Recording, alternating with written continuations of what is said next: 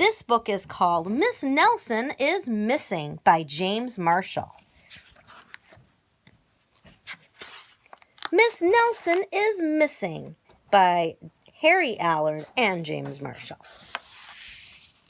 The kids in room 207 were misbehaving again. Spitballs stuck to the ceiling. Paper planes whizzed through the air. They were the worst behaved class in the whole school.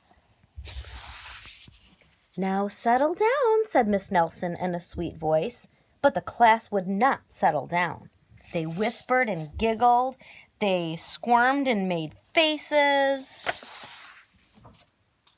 They were even rude during story hour.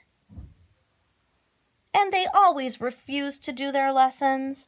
"Something will have to be done," said Miss Nelson. The next morning, Miss Nelson did not come to school. "Wow," yelled the kids, "now we can really act up." They began to make more spitballs and paper planes. "Today, let's be just terrible," they said. "Not so fast," hissed an unpleasant voice. A woman in an ugly black dress stood before them. "I am your new teacher, Miss Viola Swamp," and she rapped the desk with her ruler. "Where is Miss Nelson?" asked the kids. "Never mind that," snapped Miss Swamp. "Open those arithmetic books." Miss Nelson's kids did as they were told.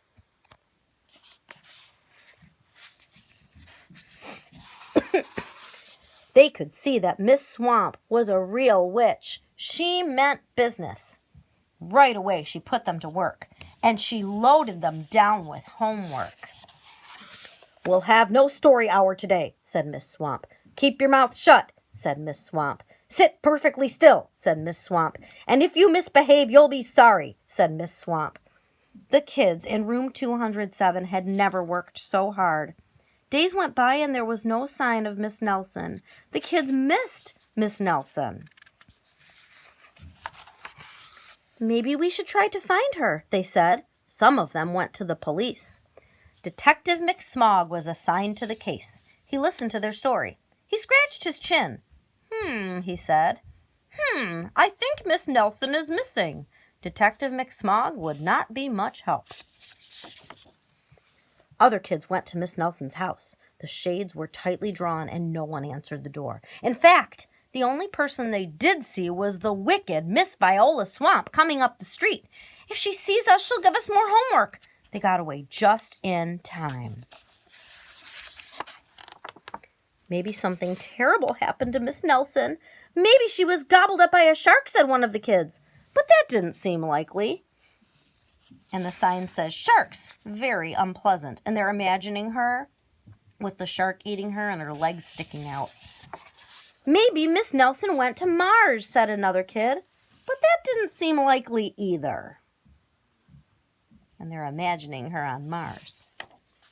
"I know," exclaimed one know-it-all. "Maybe Miss Nelson's car was carried off by a swarm of angry butterflies." But that was the least likely of all. The kids in room 207 became very discouraged. It seemed that Miss Nelson was never coming back, and they would be stuck with Miss Viola Swamp forever. They heard footsteps in the hall. "Here comes the witch," they whispered. "Hello, children," someone said in a sweet voice. It was Miss Nelson. "Did you miss me?" she asked. "We certainly did," cried all the kids. "Where were you?" "That's my little secret," said Miss Nelson. "How about a story hour?" "Oh, yes," cried the kids. Miss Nelson noticed that during story hour, no one was rude or silly. "What brought about this lovely change?" she asked. "That's our little secret," said the kids. Back home, Miss Nelson took off her coat and hung it in the closet, right next to an ugly black dress. When it was time for bed, she sang a little song. "I'll never tell," she said to herself with a smile. P.S. Detective McSmog is working on a new case. He is now looking for Miss Viola Swamp. And that's the end.